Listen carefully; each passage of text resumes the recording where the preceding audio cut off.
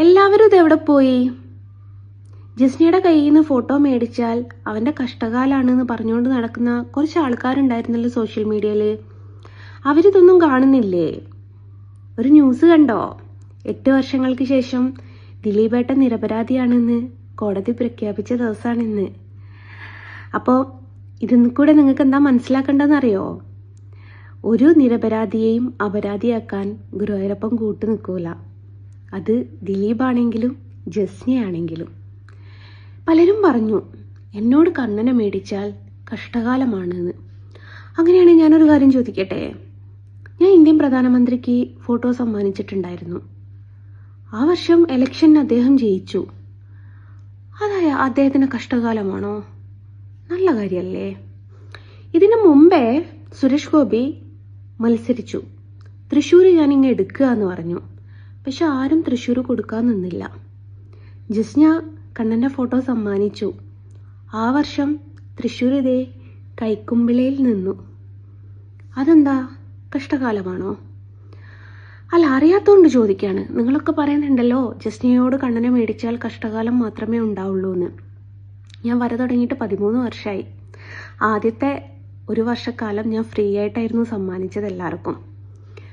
ഞാൻ ആദ്യമായിട്ടൊരു ഫോട്ടോ വരച്ച് അതൊരാൾക്ക് സമ്മാനമായിട്ട് കൊടുത്തപ്പം ആ ആളുടെ വീട്ടിൽ നല്ല കാര്യങ്ങൾ സംഭവിച്ചപ്പം ആൾ മറ്റുള്ളവരുടെ അടുത്തും പാസ് ചെയ്യൽ തുടങ്ങി. അങ്ങനെ പിന്നെ എന്നെ ഓരോരുത്തർ കോണ്ടാക്ട് ചെയ്യൽ തുടങ്ങി. അവരുടേതൊക്കെ കാര്യങ്ങൾ മനസ്സിലെന്താണോ ആഗ്രഹിക്കുന്നത് ആ കാര്യങ്ങൾ സാധിക്കപ്പെടുന്നു എന്നാണ് പറയപ്പെടുന്നത്. അത് ജസ്ന വരച്ച ഫോട്ടോ കൊണ്ട് ഒരിക്കലും ആയിരിക്കില്ല കേട്ടോ. അത് ഗുരുവായൂരപ്പനായതുകൊണ്ടായിരിക്കാം. നമ്മൾ അതിൽ കൊടുക്കുന്ന ഡെഡിക്കേഷൻ കൊണ്ടായിരിക്കാം. ഇങ്ങനെയൊക്കെ വിശ്വസിക്കാനാണ് എനിക്കിഷ്ടം.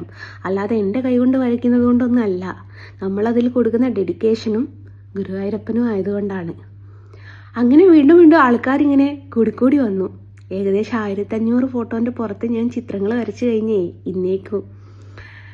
ഇപ്പം നിങ്ങൾ വിചാരിക്കും ഇതൊക്കെ കേട്ടിട്ട് ഈ സോഷ്യൽ മീഡിയയിൽ പല ഗോസിപ്പുകൾ ഇറങ്ങിയതിന് ശേഷം എന്നോടാരും ഫോട്ടോ മേടിക്കുന്നില്ല എന്നുള്ള ചിന്താഗതിക്കാരും ഇപ്പോഴും നിലവിലുണ്ടേ. അവർക്കായിട്ട് ഞാനൊരു സംഭവം കാണിച്ചു തരട്ടെ.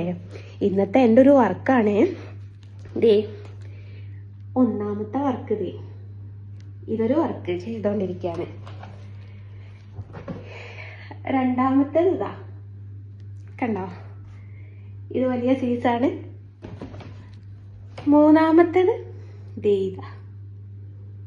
അപ്പം നിങ്ങൾ ഗോസിപ്പുകൾ ഇറക്കിയിട്ടൊന്നും കാര്യമല്ല.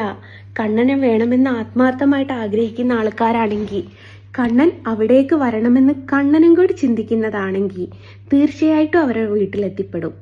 അതുകൊണ്ട് നിങ്ങൾ ഗോസിപ്പ് ഇറക്കിയത് കൊണ്ടൊന്നും ഒരു കാര്യവുമില്ല. അപ്പോൾ ജസ്റ്റിൻ്റെ കയ്യിൽ നിന്ന് ഫോട്ടോ മേടിച്ചാൽ കഷ്ടകാലമല്ല, നല്ല കാലം തന്നെയാണ് എന്നുള്ളത് കാലം വീണ്ടും വീണ്ടും ഇങ്ങനെ തെളിച്ചുകൊണ്ടിരിക്കുകയാണ്. അപ്പോൾ ഒരുപാട് സന്തോഷത്തോടെ ബൈ ഫ്രം ജസ്ന സലീം.